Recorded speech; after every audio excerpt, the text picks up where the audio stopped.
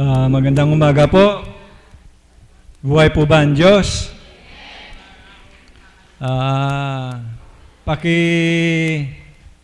Sabi nyo nga sa katabi nyo, kapatid, may cellphone ka ba? Sabihin mo naman sa tinanong mo, kapatid, kung mayroon, paki-off lang po muna ng cellphone mo.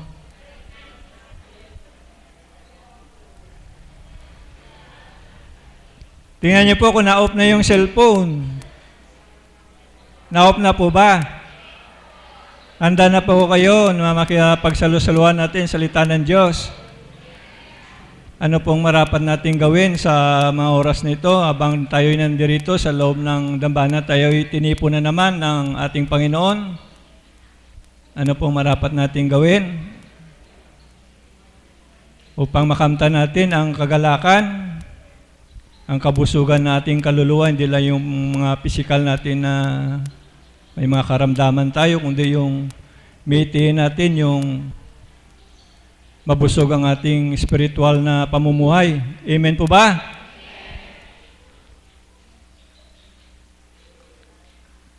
Muli po, tanong, kalabitin yung katabi nyo. Kapatid, gusto nyo ba magkaroon ng pakinabang? Yung kabila man, sagutin mo, kapatid, ikaw rin, gusto ng Diyos na may makinabang sa'yo. Ng Panginoon na magkaroon siyang pakinabang sa'yo. Sagutin niyo po. Kasi po yun po ang ating pagsulusaluhan ngayon. Ang pakinabang. Ang reflection ko po, ano na po bang pakinabang dinulot ng Diyos sa buhay mo?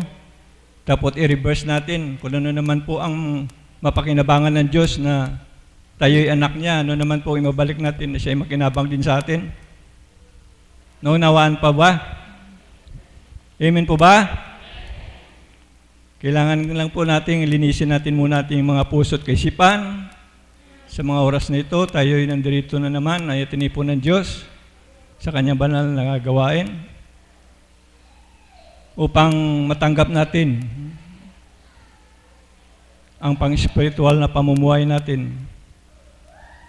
Hindi lang po sa, muli po sinasabi ko, hindi lang po sa karamdaman, hindi lang sa material, kundi pangunahin natin ang spiritual na yun ang gusto ng Diyos sa bawat isa sa atin. Amen po ba? Palakpakan natin ang Diyos na buhay. Pasimulan ko po magbabahagi ang ating Mami Betsy ko.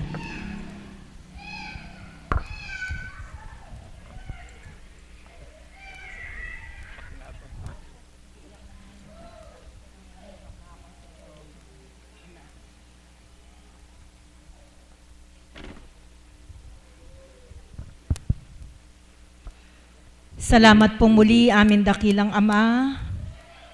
Unang araw ng linggo, sadyang napakabait mo. Sapagkat ang nais mo ay unahin ka namin sa panimulang araw na ito. At salamat, Ama, nakatugon kami sa panawagan mo. Napakarami na naming biyayang tinanggap sa iyo. Araw-araw ay hindi ka nagsasawa.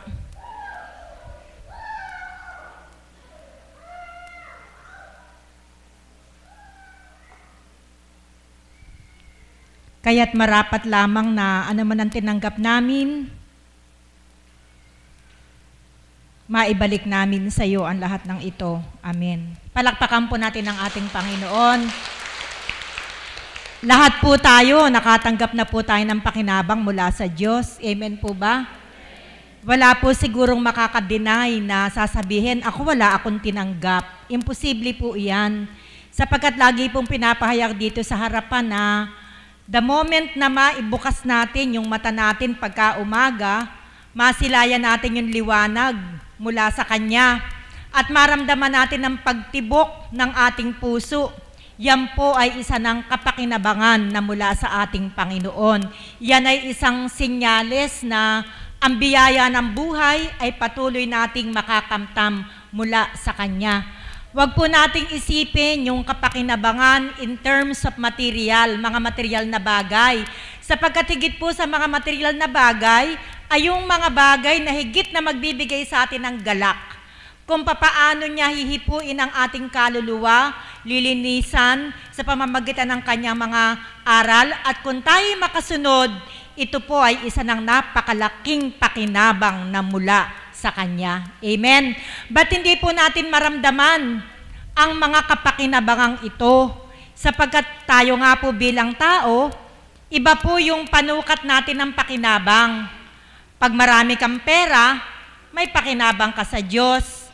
Pag masasarap ang kinakain, may pakinabang ka sa Diyos. Kung magaganda ang kasuutan, may pakinabang ka sa Diyos. Mga kapatid, ito po ay napakababaw na sukatan. Amen po ba? Sapagkat masigit doon, marami tayong pakinabang na nakikita at nakukuha at ibinibigay ng ating Panginoon. Ako po, sa buhay ko po, sa personal na buhay ko, ang pakinabang ko pong nakuha sa Panginoon, pinakamalaking pakinabang na nakuha ko sa Panginoon, ay nung ako ay akayin niya sa banal na lugar na ito, at binago niya ang lahat ng pangit sa aking pagkatao. Palakpakan po natin ang ating Panginoon. Sapagkat kung hindi ko po natanggap ito, siguro po sa mga panahong ito, lugmok na po ako sa karamdaman. Sapagkat sa dati, nang hindi ko pa siya kilala, hindi ko pa nare-recognize yung mga pakinabang niya, nabanggit ko na nga po ito sa inyo na meron po akong 3 karamdaman na lagi sa aking umaatake. Uulitin ko po. Yung 3 karamdamang ito, yung laging sumasakit ang ulo ko. Migraine po ang tawag nila. Laging sumasakit ang ulo ko. Hindi ko na kaya ang pananakit ng ulo ko. Dati po, Biogesic, okay na sa akin. Pero habang lumalaon, ang Biogesic wala ng epekto. Tumikim po ako ng gamot na mas mabisa, sabi nila, kaysa Biogesic. Ano na nga po ba yung ala ng gamot na yun? Nakalimutan ko na. Ayon na sa aking ng Panginoon, ipaalala ng Panginoon sapagkat hindi nakabuti sa aking katawan. Planax, correct po. Yung Planax po. Yung Planax po kasi, mas matindi po yun sa Biogesic. Salamat sa Ama. Bago lumala yung karamdaman ko, naakay na niya ako sa banal na lugar na ito. Sapagkat ang Planax po pala, hindi ko po sinisiraan yung may likha ng gamot na ito. Hindi ko po sinisiraan ang mga butika. Ang Planax po pala ay matindi po ang epekto sa ating katawan. Naalala ko po yung pahayag ng isa sa mga nagpahayag na yung bituka ng tatay niya, sikmura ng tatay niya, nabutas dahil sa kainom ng Planax. So, ibig sabihin, ganun siya katindi. Kasi po, nakakabutas ng stomach, nakakabutas ng bituka. Kaya salamat po, bago po mangyari sa akin yun, nakarating na po ako sa banal na lugar na ito. At nang gamutin po ako ng Panginoon, nawala na po yung pananakit ng ulo ko. Palakpakan po natin ang ating buhay na Diyos. Walang Planax, walang Biogesic, nawala po yung pananakit ng ulo ko. Kaya po pala sumasakit yung ulo ko dahil po pala sa dami ng aking iniintindi. Hindi po ako sanay magdala ng problema. Pag po may problemang dumating sa akin, masyado ko po itong iniisip, masyado ko pong iniintindi. At yung pong mga ugat ko sa ulo, siguro napagod sa kaiisip ko, namaga sa kaiisip ko, kaya pala laging sumasakit ang ulo ko. So ano po yung moral lesson? Huwag po kayong masyadong mag-isip. Huwag niyo pong masyadong seryosohin ang inyong problema sapagkat hindi magdudulot ng mabuti sa inyo. Meron po ba sa inyo na madalas sumasakit ang ulo? Wala. Ako lang pala yun, ano? Ako lang pala yung maintindihin sa problema. Ala pong nagtaas walang sumasakit ang ulo dito. Mapapalad po kayo. Ibig sabihin, ang Panginoon nasa inyo. Sapagkat hindi nyo masyadong iniintindi yung problema ninyo. Ako po kasi noong mga panahon na yon, hindi ko pa nararamdaman ng Panginoon. Kaya po yung mga problema, masyado kong siniseryoso. Subalit na makarating po ako sa banal na lugar na ito, pakikinig ng aral, isa po sa magandang aral na narinig ko, bakit ka mangangamba? Bakit mo guguluhin ang kaisipan mo sa pag-iisip sa mga problema mo? Nakalimutan mo naman na may Diyos ka. May Diyos ka na tutulong sa'yo sa mga problemang dinadala mo. Yun po yung aral na narinig ko. At nabasa ko din po yung isang napakagandang quotation, nakalagay po doon, huwag daw pong masyadong isipin ang problema. Sapagkat ang Diyos daw po na ating sinasamba ay mas malaki kaysa dun sa ating mga problema. Palakpakan po natin ang ating Panginoon. Sa wikang English ko po inabase, ang sabi po never think of your problem so much because your God is bigger than your problem. So yun po ang nagdulot ng kagalingan sa aking migraine. Ang banal na aral. Kaya po pala, laging sumasakit ang ulo ko. Yun nga po, masyado po akong maintindihin. Salamat. Hindi na ako dumating doon sa stage na tumaas yung presyon ko. Buti, andun pa lang ako sa first stage. Ano po ba nararamdaman ng mga nai-stroke? Hindi po ba sumasakit ang ulo? So, iyon po pala ay sintomas na maaaring mapunta ako sa pagka-stroke, sa pagtaas ng BP ko dahil sa pag-iintindi sa problema. Kaya thank you God. Bago po dumating yon, nagawa na po ng solusyon ng ating Panginoon. Iyon po ay isa sa napakalaking kapakinabangan na tinanggap ko sa Panginoon. Ano pa po? Another pong kapakinabangan na tinanggap ko sa Panginoon, bukod po sa migraine ko, nawala din po yung vertigo ko. Ano po ba yung vertigo? Pagkahilo. Yung sobra para ka nakasakay sa tubibo. Na pag nilagay mo yung ulo mo sa isang direksyon, nawawala-wala siya. Pero pagka nakilos yung ulo mo, sobrang hilo na naman yung nararamdaman mo. Meron po ako noon. Sino po dito ang meron din ganong Ay, ayan, si kapatid. Ayan, si kapatid pa rin. Alam niyo po, yung po palang pinagmumula ng vertigo, may kinalaman po pala yun sa migraine. Magkapatid po pala yan. Kaya kung may vertigo kayo at wala pa kayong migraine, magpasalamat kayo sa Panginoon kasi magkapatid po yan. At kapatid din po ng migraine sa vertigo, yung pagtaas ng presyon.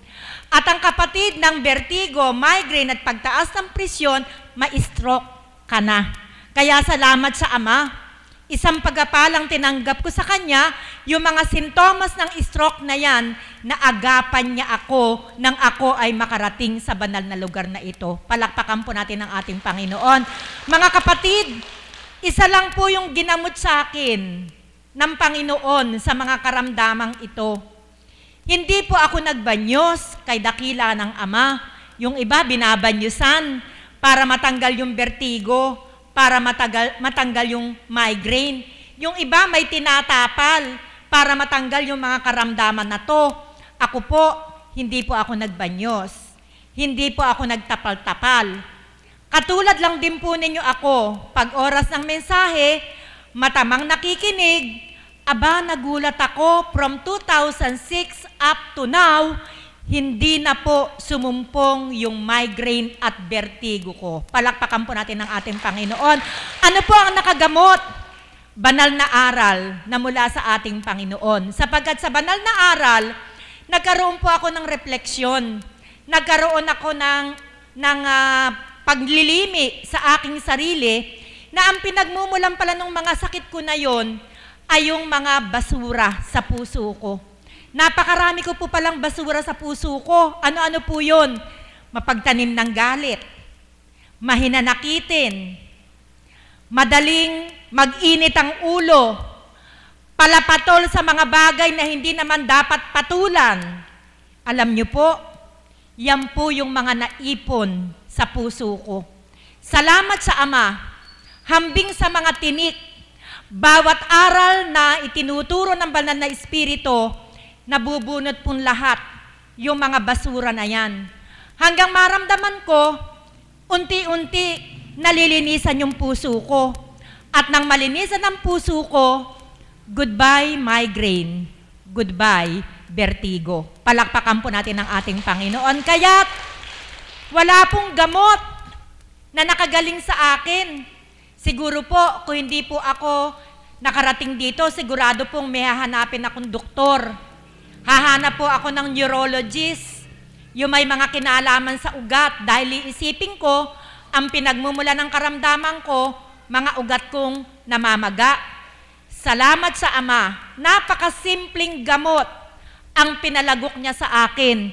At ang gamot na nilagok ko, hindi lamang migraine ko ang ginamot, hindi lamang yung vertigo ko ang ginamot. Lahat po ng karamdaman sa buong katawan, napawi pong lahat dahil sa salitang banal na aking tinatanggap. Isa pong hiwaga. Kaya po ako ay nagpapasalamat sa Kanya. Sumasakit po noon yung ulo ko. Sumasakit yung ulo ko. Kaya meron po akong ininom na dahon-dahon para po matanggal yung pananakit ng ulo ko. Nag-try po akong minsan noon. Minsan lang po ako nag-try nung dahon-dahon na yon.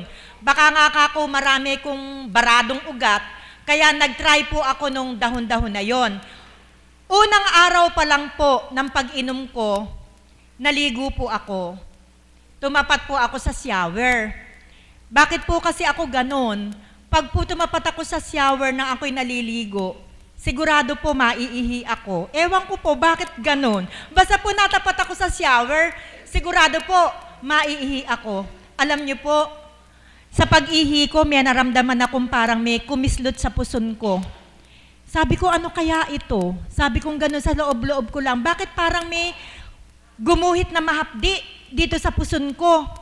Nung pag-ihi ko, naging curious ako. Alam niyo po, hindi naman po ito sa karumihan or unsanitation. Gusto ko po kasing malaman kung ano yung parang gumuhit sa puson ko. Kaya nung bumagsak yung ihi ko, sinalo po ng palad ko. Alam niyo po kung ano lumabas? 3 butil na parang asin. Palakpakan po natin ang ating Panginoon. Napakadakila niya, hindi ba? Yung sakit ng ulo ko, ginagamot ko, nung pala may mga bato pala ako sa loob ng katawan ko. Hindi ko na po ako dumating sa stage na manakit yung balakang ko, manakit yung tiyan ko. Pag po kasi may bato, tugon daw po sa sikmura. Ayun eh, napakabait ni God. Alam niyo po, right at that moment, yung bato ko inilabas. Kulay puti po siya, na parang butil ng asin, pero mas malaki sa butil ng asin. Kung hindi ako mahal ng Diyos, what kung lumaki pa yun? Ano po ang usualing ginagawa, lalo na't wala ka pa sa Panginoon? Ooperahin ka para tanggalin yung mga bato na yun. Ngayon po yata, hindi na po yata operasyon ang ginagawa. May panghigop na silang ginagamit na instrumento para matanggal yung bato. Kaya't ang dami ko pong kapakinabangan. Bukod po doon sa mga karamdaman ng pisikal kong katawan, pinagaling po ng Panginoon ang aking kaluluwa. At nang gumaling ang kaluluwa, kasunod na po yung pagaling ng katawan lupa. Kaya mga kapatid, ito po yung aral na maibibigay ko sa inyo. May sumasakit ba sa katawan ninyo? Masakit ba yung tiyan? Masakit ba yung mga tuhod? Masakit ba yung balakang? Lagi ka bang nahihilo? Meron kayong mga ganong karamdaman, mga kapatid, mas higit nyo palang pagnasahan na gumaling yung kaluluwa ninyo. Sapagkat pag malusog pala yung kaluluwa natin, lulusog din yung ating katawan lupa. Kaya't kung meron kayong karamdaman, mahal na kapatid, huwag kang malumbay. Mayroong kaparaanan ng Panginoon. Kung magtitiwala tayo sa Kanya, lulusog ang ating kaluluwa, gagaling ang anumang ating karamdaman. Kung may ginawa sa akin ng Diyos, sigurado sa inyo rin may gagawin din siya. Sapagkat God is fair. Hindi lang ako mahal niya, hindi lang yung mga kapatid kong alagad. Lahat tayo mahal ng Diyos. Amen po ba? Palakpakan po natin ang ating Panginoon. Kaya kung paano ako pinagaling, kung paano tinanggal ang mga karamdaman ng aking katawan lupa, magtiwala lang po tayo sa Kanya. ibigay natin ang ganap. Eto kapatid, sa ganitong kaparaanan ko po ibabalik yung mga ginawa sa akin ng Panginoon. Magkaroon po tayo ng ganap na pagtitiwala at paniniwala sa Kanya. Huwag po kayong mag-aalinlangan kasi kung minsan sasabihin ng banal na espiritu sa katauhan ng ating mahal na Apo Kunching, pinagaling ka na ng iyong pananampalataya. Hindi po ba? Sinasabi po yun. Pero may mga moments, di po ba, na parang yung karamdaman mo, parang nararamdaman mo, parang may pumipintig-pintig pa. Doon ngayon, magkakaroon ng pagtatalo yung isip mo. Sasabihin mo, akala ko ba pinagaling na ako? Bakit parang may kumikibot-kibot pa rito? Mga kapatid, ibig sabihin, ang paniniwala at pagtitiwala ay hindi ganap. Sapagkat ang requirement ni God, hindi lamang 50% na pagtitiwala at paniniwala, hindi rin 90%, hindi rin 95%, hindi rin 99%, hindi rin 99.5% ang nais ni God, 100% pagtitiwala at mararamdaman natin ang biyaya na mula sa Kanya. So, ganun ko po ibinabalik yung pakinabang na binigay sa akin ng Panginoon. Napakasimple, pero mahirap gawin, di po ba? Sabi ko, paano ko binabalik ang aking mga biyayang tinanggap sa Kanya, ang mga pakinabang na binigay niya sa akin. Isa po yung aking pinaglunggati ang gawin. Magtiwalang ganap sa Kanya. Sabi ko nga po, isang salita, subalit mahirap isagawa. Sapagkat pag ito na yung problema, nagkakaroon na tayo ng pagdududa. Ayaw ni God noon. Manindigan ka. Pag sinabi mong, Diyos ko po, nagtitiwala ako sa iyo, whatever happens, yung pagtitiwala na yan, dapat huwag nating kukulangan. Magandang umaga po at maraming salamat. Salamat po, Ma'am Yvette. Katotohanan pong pinayag natin kapatid. Buhay po ba ang Diyos? Palakpakan natin ang... Ang susunod po ay pipili po akong tagasunod. Kung ano bang pakinabang na natanggap na sa ating Panginoon. Lalapitan ko na lang po.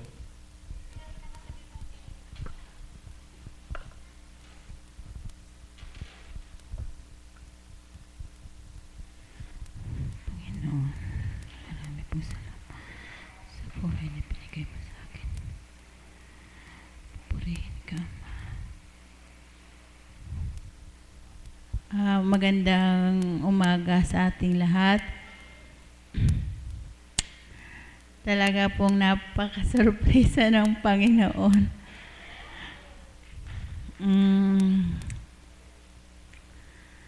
Ako po'y may karamdaman.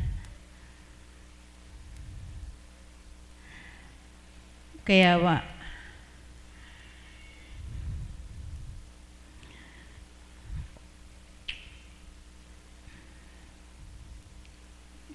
po ako narito.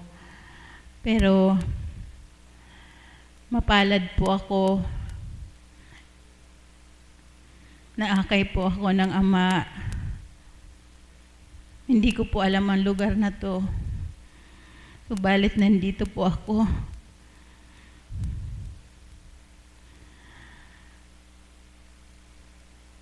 Mapalad po ako dahil sa kabila ng aking karamdaman,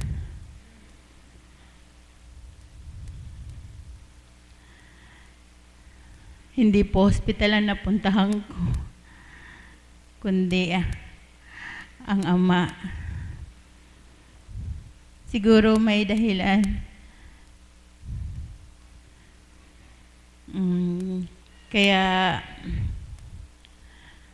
Kaya po ako nagpapasalamat, lalo-lalo na po kay Apong Kunching,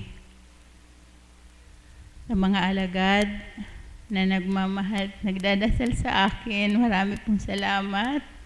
Mga Kaps, kahit hindi po nila ako kilala, talagang mapalad po ako, Ama. Marami pong salamat.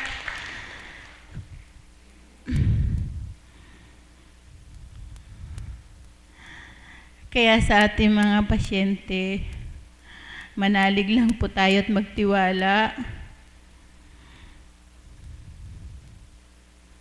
May awa ang Ama.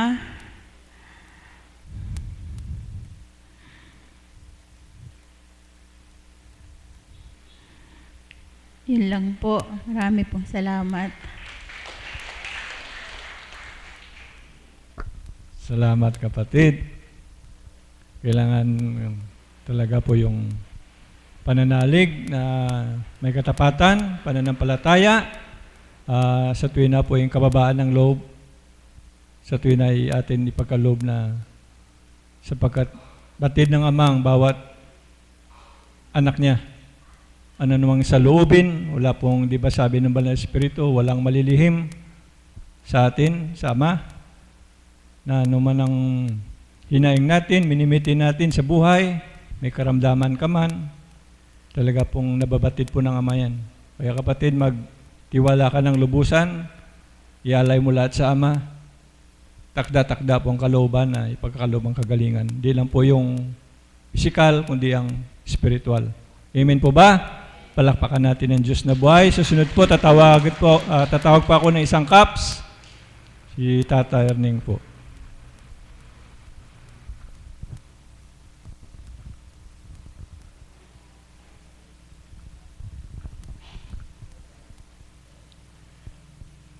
Purihin. Purihin ka, Ama, sa iyong kadakilaan at sa iyong pagmamahal sa aming lahat. Ama, nagpupuri po ako at nagpapasalamat sa iyo sapagkat niloob mo na sa araw na ito ako ay tumindig sa harap upang magbahagi at maibahagi ko ang iyong kadakilaang ginawa para sa amin. Maraming salamat po, Ama. Ama, nawa po ikaw ang manguna at maghari sa akin upang masambit ko ng buong katapatan ang mga mensahe na gusto mong ipaabot sa aking mga kapatid.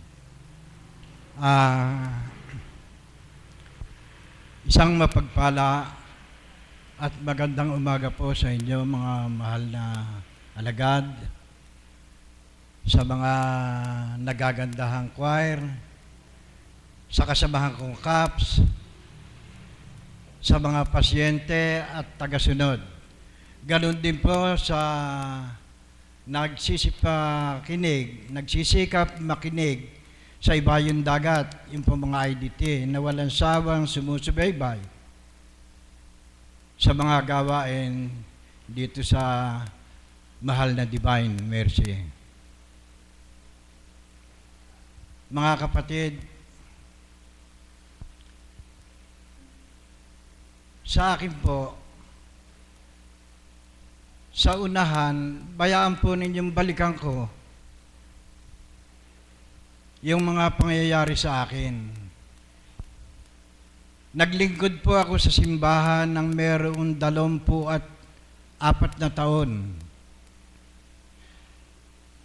Hanggang sa napasukan ko po ang lahat ng organisasyon sa simbahan.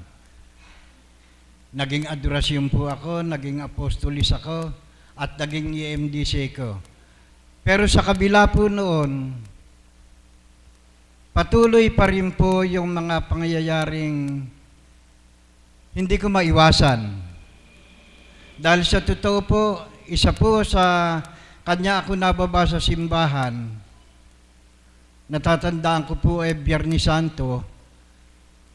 Mula po pala ng Huwebes Santo, naghugas ng paa sa mga apostoles. Ngayon po, pagkahugas ng paa, pumanik kami sa ibabaw ng kumbento, naghuling hapunan. Kung sabihin po, huling hapunan. Pagkaraan po noon, bumaba kami roon sa baba, in-expose po yung Blessed Sacrament, nakaluhod kaming lahat. Doon po, dumating na yung kahinaan ko. Sapagkat ako po ay nahihirapan ng lumuhod, masakit na tuhod ko, hindi ko pa rin po pinansin, pinagtiisan ko pa rin, hanggang inabot ng kinabukasan. Kinabukasan po, pagtatagal ng krus, yung pong Kristong nakapako inilagay sa harap at lahat ng nagsimba, lalakad ng paluhod para humalik doon sa krusipiho. Doon po ako napansin nung ali ko, talagang gumagapang ako, hindi ako makadiretso. Sabi nung ali ko, aba kapatid, kung nahihirapan ka na, pwede ka namang bumaba. Ayun, doon po sa salita na yon, pumasok na po si Taning. Para pong ibinulong na sa akin yon. Napaka-pride mong tao pagkatapos ay nagsasakripisyo ka ng ganyan. Ba't hindi ka bumaba? Doon po ako nagdesisyong bumaba sa simbahan. At lang ako po ay mababa sa paglilingkod sa simbahan hanggang sa nagsisimba ko, pag ganun na lang, hindi po panay. Sapagkat nakita po siguro ng Ama, ang ginagawa ko, kanya nakita po niyang mahal na mahal ako ng Ama at mahalaga ako sa Kanya. Kanya po muli na naman akong tinawag. At ang ginawa pong pamamaraan, hindi po ako pinalakad. Yung pong aking isang paa, hindi ko maihakbang. Yun po ang naging dahilan ng aking pagkapunta rito. Pupunta po sana ako sa doktor, pero sinabi po ni Aniway na bago lang ako magpunta sa doktor, mangyari lang na iatras ako roon sa bahay nila. Yun po, kinumbinse ko na para pumunta rito sa Divine. Sa totoo lang po noon, palibhasa po hindi ko paggaanong kilala ang Ama. Bagamat aki naglingkod ng mahaba-habang panahon sa simbahan, pero nandun pa rin po yung aking pride. Kung nalalaman ko po na rito, aaminin ko po na yun talagang dumadaan sa isip ko. Kanya ayaw kong pumunta rito. Yung ibang nagpupunta rito, halos kilala ko, na kamukha ko ring malaki ang pride, matataas ang pride. Ganun pong ayaw kong magpunta rito. Sapagkat ang Ama, ang may kaparaanan, pinasakit nga ang aking paa, hindi ako makalakad, kanya natuto kong pumasok dito. Subalit, pagbungad ko po roon sa pinto na yon, oras pong matanaw ko, ang larawan ng ating mahal na Divine Mercy, ang nabanggit kay Panginoon kako. Sana po sa pagpasok ko rito sa loob ng dambana, ang makita ko, yung kagandahan ng loob na ito, huwag yung kasamaan, huwag yung kapangitan ang ipakita mo sa akin, kundi bagkos yung kabutihan dito sa loob. At ganoon na nga po ang nangyari. Naupo po ako rito sa rugal na to hanggang nagmimensahe si Apo. Pinakikinggan ko. Pag mimensahe ni Apo, pagka lalapitan ako, tatapik-tapikin yung tuhod ko, pagkatapos babalik, 3 beses po na ginawa iyon. Pagkatapos po noon lumagay rin, tinanaw-tanaw ako, at saka ako pinatayo. Tunay po lang tumayo ako, nanginginig ang tuhod ko. Sapagkat nasabi ko na po sa unahan na yung kagandahan ng makita ko, siguro po, yun ang ipinaisip sa akin ng Ama.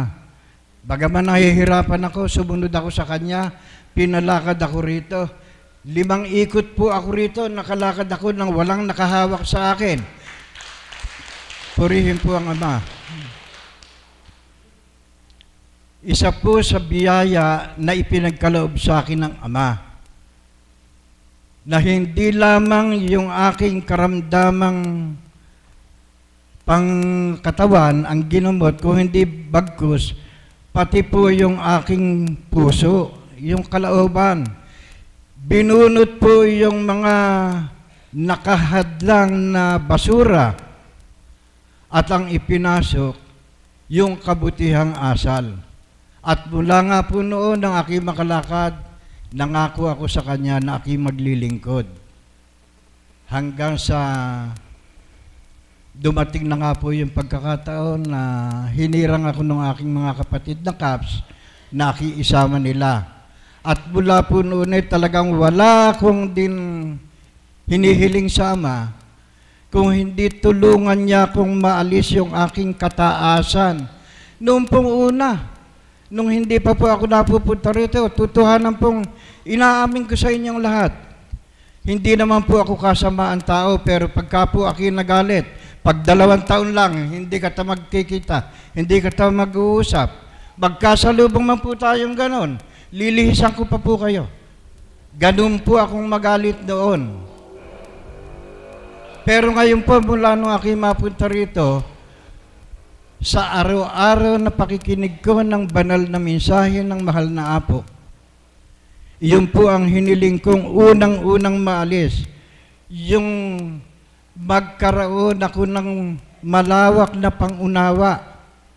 Yung maunawaan ko yung mga hindi ko dating ginagawa.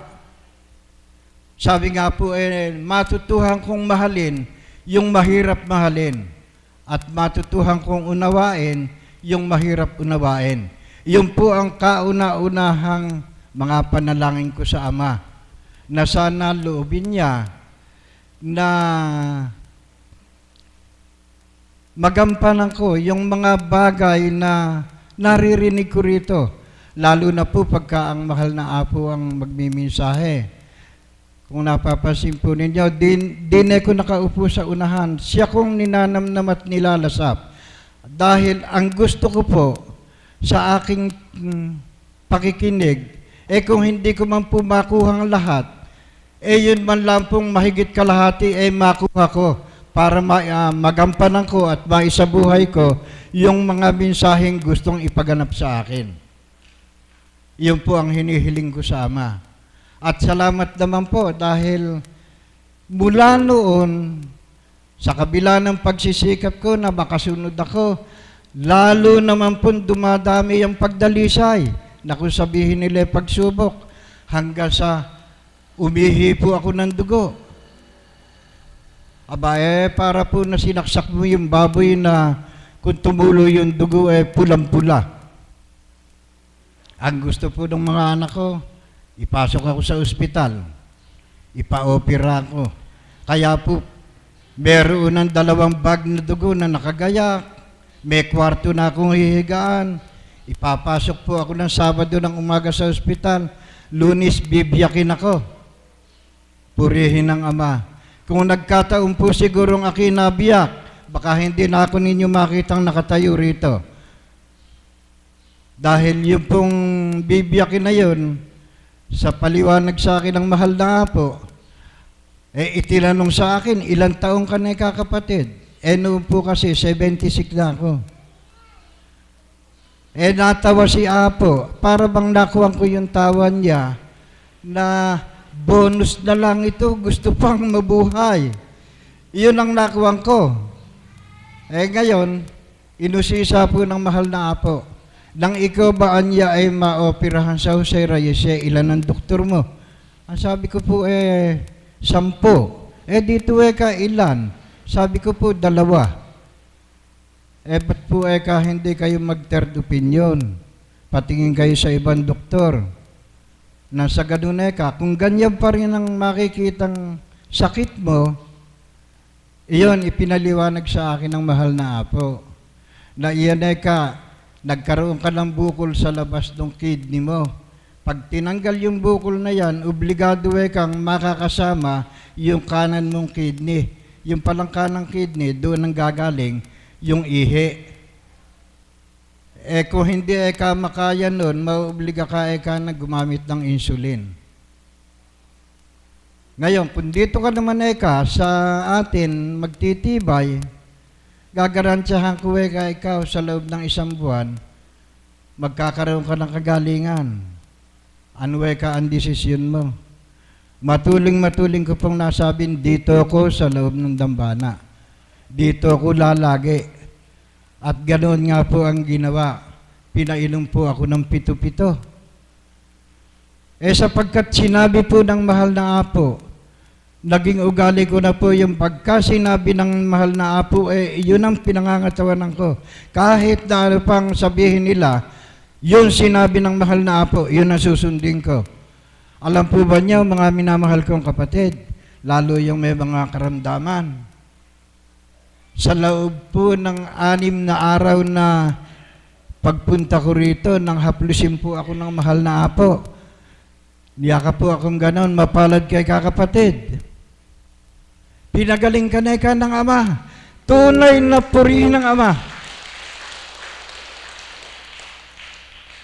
Sa laki po ng kagalakan, konti na akong malundag ng gusto. Purihin ng Ama. Iyon po ang sinasabi at kanina narinig ko kaya sa ating Mami Beth na kung tayo ay magpupunta rito at magpapagamot, pilitin nating makuha natin ng huwag 99%. Kung maaari, 100%. Hindi ko po ipinagmamalaki sa inyo. Doon po sa tayo nung karamdaman ko ngayon ay kung akin na pa-opera at hindi ako nanalig dito, hindi ako nagtiwala, wala na po ako ngayon, patay na ako. Pero ngayon po, malakas. Eto, malakas na nakapagpapahayag pa. Kaya sa mga kapatid kong may mga karamdaman, sikapin po natin na yung pagpunta natin dito ng araw-araw sa pamamagitan ng pakikinig ng mga mensahe ng bawat dumatayo dito. Pakinggan lang po nating mabuti kung ano man ang karamdaman natin. Sisiguraduhin ko po sa inyo, gagaling tayong lahat. Sama-sama po tayong magpupuri sa Ama sapagkat ang Ama ang tunay na nagbibigay sa atin ng kagalingan. Siya nagbibigay ng kalakasan. Sapagkat maliwanag po yun. Sa buong magdamag ng ating pagtulog, pagdating ng umaga, gigisingin tayo. Para ba sinasabi, hoy kapatid, bumangon ka na at eto na ang umaga para sa iyo at para sa ating lahat. Kaya po sana magsama-sama tayong manalig, maniwala, manampalataya sa ating Ama. Hanggang dito po at muli, magandang umaga sa inyo lahat. Marami pong salamat. At ang totoo pong natanggap niya ang pakinabang sa Diyos, pinagkalob sa kanyang kagalingan. Amen po ba? Ang susunod po, tatawagin kong aming Mother of the House.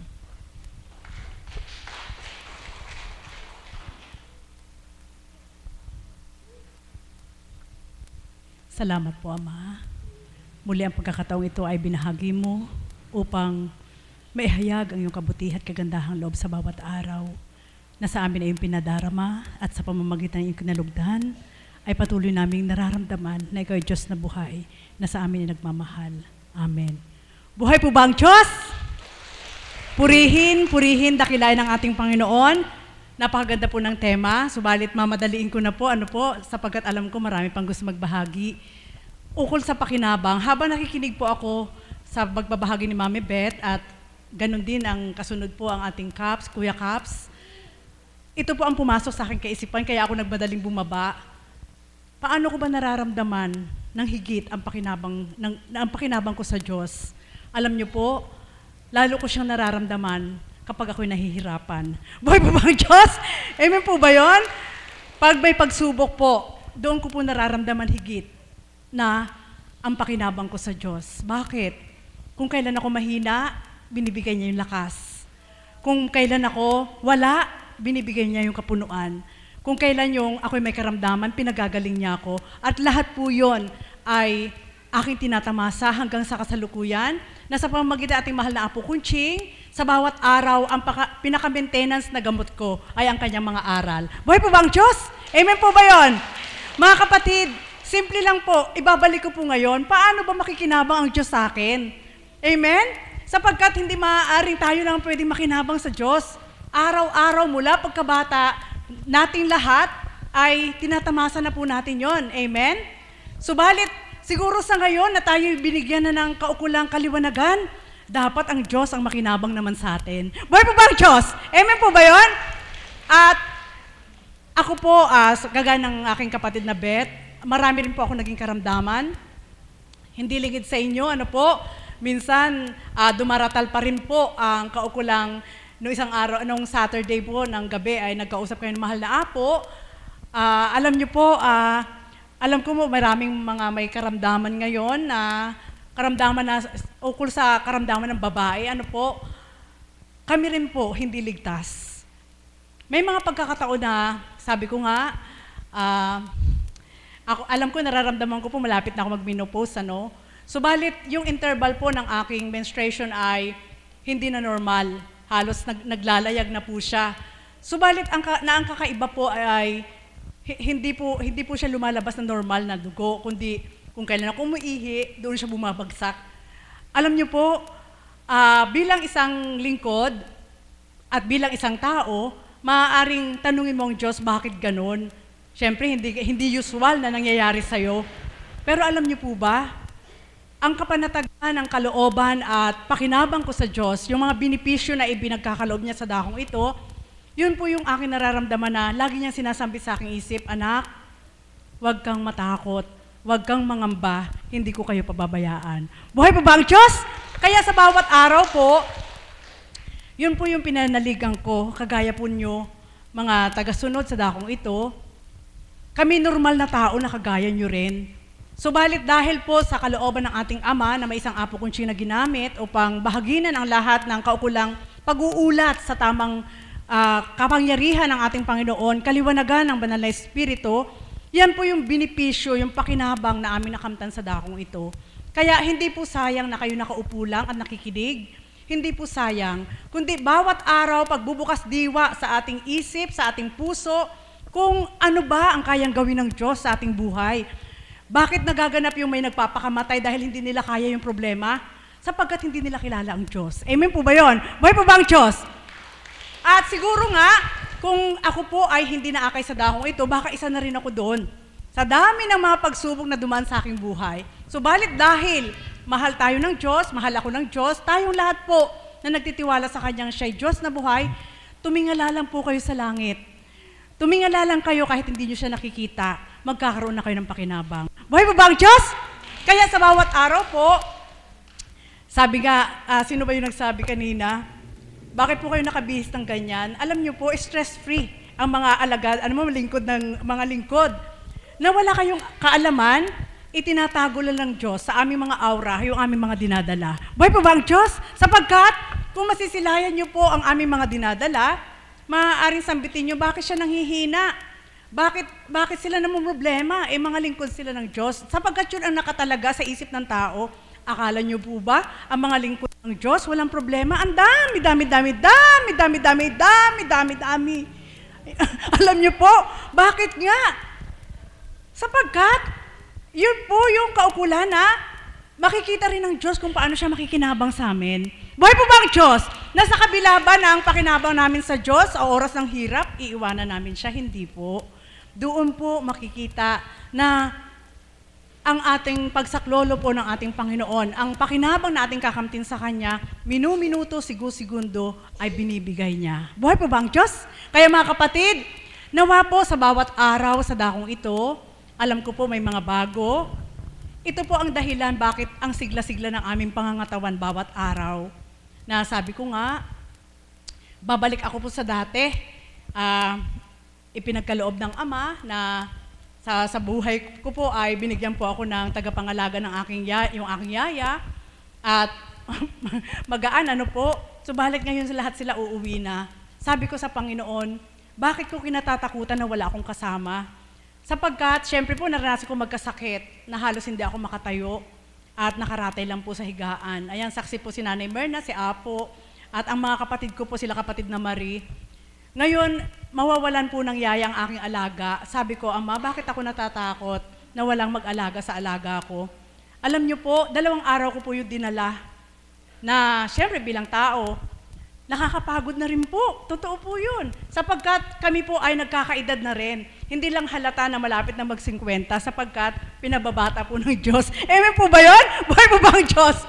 Subalit ito po, 2 araw, naramdaman ko po yung panghihina ng aking katawan. Sabi ko kay kapatid na Pearl, parang nawawala ako sa espiritu. Yan, aaminin ko po sa inyo. 2 araw, hinang-hina ang katawan ko. At yun po yung senyales na mahina ang espiritu sa'yo. Amen? Kaya ko po ito hinayag sa inyo upang matutunan nyo po Ano ang kaloob ng Diyos? Ano ang pakinabang mo sa Diyos? Bakit kailangan mo siyang hanapin? Buhay pa ba ang Diyos? Ano ang pakinabang mo sa Diyos? Bakit kailangan mo siya sa araw-araw? Malaki. Malaki mga kapatid. Sapagkat kahit hindi mo siya nakikita, mararamdaman mong kumukilos siya sa bawat araw sa buhay mo. Buhay pa ba ang Diyos? 2 araw po yun. Itong alaga ko na yun, ito, sinadya po na ubod ng kulit. So bawat araw, pagmulat ng aking mata, nasabay-sabay po talaga, at yung mga problema na pang tao, sabay-sabay po talaga. Ang sabi ko po, ngayon lang naganap sa akin yun, na nanghina po ako bilang tao. Inaamin ko po yun. Subalit, hindi po naramdaman na ang makapatid. Alam ko, daman ni Mami Beth yun at ni kapatid na Mary, na pag nakaupo ako, nila kapatid na Marie, na nasasambitan ko sa sasakyan, si kapatid na Pearl. Sabi ko, kapatid na Pearl, wala na akong espiritu. Sabi ko sa kanya, bakit? Gusto ko na magalit. Buhay pa ba ang Diyos? Amen po ba yun? Nakikita ko na lahat ng mali. So, ibig sabihin, wala na ako sa espiritu. Amen po ba yun? 2 araw po yun, sinubukan ko po. Subalit, alam niyo po ba, kagabi, humingi ako ng tawad sa Diyos. Ang sabi ko po, Ama, batid kong naramdaman mo na ako'y nanghina. Kung alam niyo lang, pagpasok ng demonyo ngayong week na to sa amin, napakatitindi, ano po. At itong bata na to, naubod ng kulit, sinasabayan ko po siya. Sabi ko, ngayon lang naganap sa akin, ayaw pa awat. Sabi ko, o sige, demonyo ka ngayon, demonyo rin ako ngayon.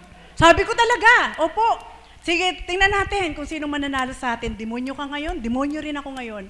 Alam niyo po, nung nalaman niya, nagsabi lang ako ng ganon, na demonyo rin ako ngayon, humingi siya ng tawad. So, ibig sabihin, kahit ganon na nga aking binanggit, parang natakot siya doon sa damdamin at demonyo rin ako ngayon. Ano po? Salamat sa Ama, hindi pa rin niya ako pinahintulutan na mawalay sa Kanya. Bakit? Bakit pinadanas ng Ama? Sapagkat hindi kailangan magpailalim ka sa problema mo bawat araw. Buhay po ba ang Diyos? Amen po ba yun? Hindi ka na makikinabang sa Diyos, hindi ka pa pakikinabangan ng Diyos. At yun po yung nakita ko kagabi, sabi ko, Ama, batid kong damandama mo. Sapagkat ako naramdaman ko na talaga pong bibigay ang aking katabang lupa at ang aking isip na pinahintulot sa akin ng Panginoon na kapag bilang tao ka lang, hindi mo kakayanin ang problema. Alam niyo po, kagabi, muli niyang ibinalik. Sabi po niya sa akin sa aking isip habang dumudulog ako, tulog na silang lahat. Sabi ko, Ama, patawarin mo po ako. Sinubukan ko lang na although hindi nahalata ng aking mga kapatid, alam ko yung mga malakas ang espiritu, halata po yun. Alam niyo po, sinubukan ko lang po, Ama, na damhin muli yung mawala sa'yo kahit saglit. Subalit ngayon, sa kabila ng naramdaman ko na yon sa aking katawan, gumagalaw pa rin ako, ngunit alam ko kasama pa rin kita. Subalit hindi ko masyadong maramdaman sapagkat pinaiiral ko yung bilang pagkatao ko, na nakikita ko na lahat. Alam niyo po ang sagot sa akin, Anak, pinahintulot ko yung maramdaman mo upang makita mo ang pagkakaiba ko kaysa sa kapwa mo. Buhay po ba ang Diyos? Amen po ba yun? Pinahintulot ko na maganap sa'yo upang doon ay suriin mo.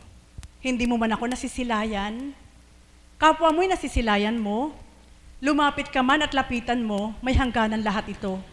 Subalit ako, anak, nais mo man akong talikdan, kung ginugusto pa rin kita, hindi kita iiwan. Buhay mo ba ang Diyos? Amen po ba yun?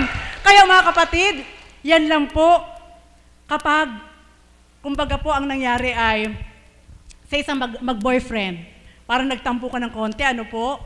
Subalit, kapag may pagtatampo pala, at masidhi yung minamahal mo na huwag kang mawala, ganun din ating Panginoon, kahit ikaw bilang pagkatao ay nararamdaman mo na parang mawawala ka sa Kanya, dahil masidhi ang pagnanasa ng Diyos na ikaw ay mabago at tuwirang sa Kanya, mararamdaman mo pa rin nakakalingain ka niya. Buhay pa ba ang Diyos? Mga kapatid, yan po, bawat araw, ang pakinabang ko po sa Ama ay lampas-lampas na sa aking ulo.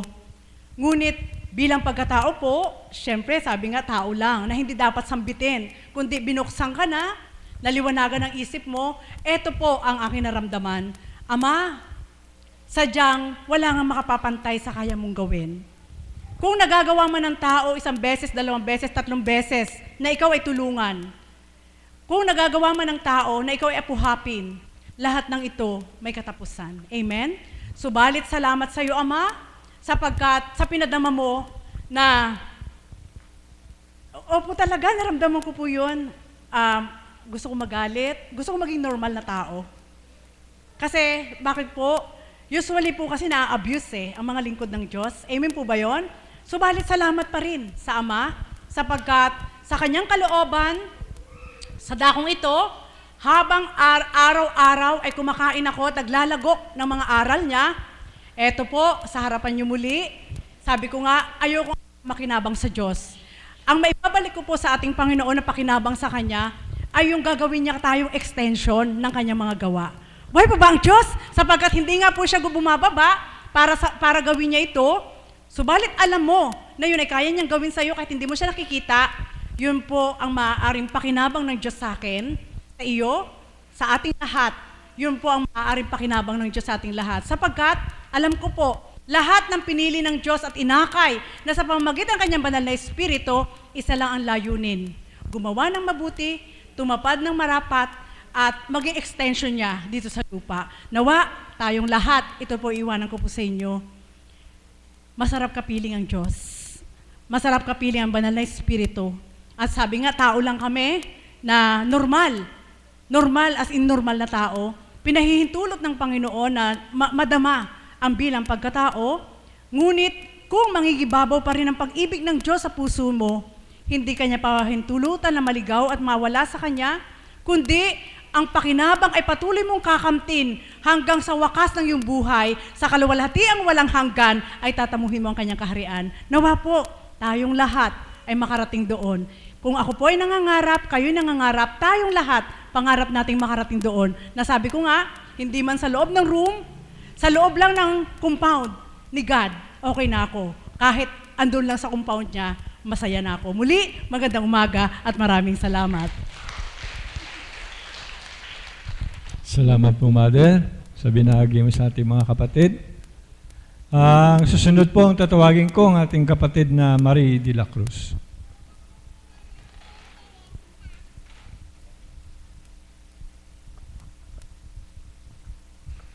Isang mapagpalang umaga po sa ating lahat. Buhay po ba ang Diyos? Palakpakan po natin ang buhay na Diyos. Napakaganda po ng tema ng ating kapatid kung pagninilayan natin. Ano ba ang pakinabang natin sa ating Panginoon at ano ang pakinabang ng ating Panginoon sa atin? Napakalaki po ng pakinabang natin sa ating Panginoon sapagkat itong buhay po natin na tinataglay na ito ay pakinabang na natin sa ating Panginoon. Palakpakan po natin ang buhay na Diyos. Sa bawat araw nang madako ako sa dakong ito, lalong lumaki ang pakinabang ko sa ating Panginoon sapagkat dito ako higit na buksan ng aking pananampalataya. Nakilala ko ang Diyos ay Diyos na buhay pala na dapat kong asahan sa aking buhay, na hindi pala ako marapat manahan sa sarili kong lakas. Sapagkat sa dating buhay, umaasa ako sa aking sarili, sapagkat hindi ko pa nga siya kilala. Subalit, nang nakilala ko ang Panginoon sa dakong ito, higit lalo ang pakinabang na nadama ko at nakamtan ko sa dakong ito. Palakpakan po natin ang buhay ng Diyos. Sapagkat sa araw-araw na pagmimensahe ng banal na Espiritu sa katauhan ng ating mahal na Apo Kunching, doon po binibigay ang marapat sa atin. Doon ko po natututunan kung paano tumanggap ng pagkakamali, kung paano magpakumbaba sa mga kapatid ko, kung paano tayo magpasensya, kung paano natin dapat mahalin ang mahirap mahalin po pala. Yan po ay isang pakinabang natin sa ating Panginoon na inaaral sa atin sa araw-araw na aking natatanggap sa aking sarili, na pinipilit ko at pinagsusumakitan ko na aking pong maisabuhay. Sapagkat baliwala po ang pagpunta ko dito kung hindi ko isasabuhay ang natututunan ko sa ating Panginoon sa katauhan ng ating mahal na Apo Kunching. Sa araw-araw na pagtungo ko dito, pinipilit ko at pinagsusumakitan na masulit ang bawat oras na nandito ako. Sapagkat nais kong maisabuhay ito upang hindi mawala ng saysay ang ibinibigay ng ating Panginoon sa bawat isa sa atin. Sa aking buhay bilang tao, maraming pagsubok ang dumarating sa bawat isa sa aming mga alagad sa akin na hindi namin marapat ipasilay sa inyo sapagkat kami ay pinili ng ating Panginoon bilang isang alagad. Kailangan pag pinagtiwalaan ka ng ating Panginoon bilang isang lingkod, ipakita mo sa kapwa mo na Diyos nga ang tinanggap mo. Amen po ba? Palakpakan po natin ang buhay na Diyos.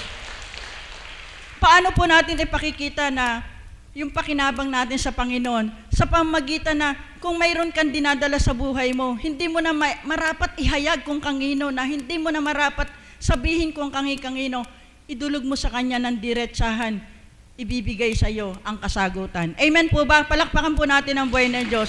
Sapagkat lagi po niyong tatandaan, hindi po ito nawawala sa isip ko na binigay ng banal na Espiritu, mininsahe po niya na kung ikaw ay may nararamdaman o may dalahin sa buhay, huwag mo itong ulit-ulitin sapagkat ang kalaban ko ay nariyan lamang. Sapagkat pag naririnig niya na iyon ang kahinaan mo, doon ka laging titirahin ng kalaban. Amen po ba yon?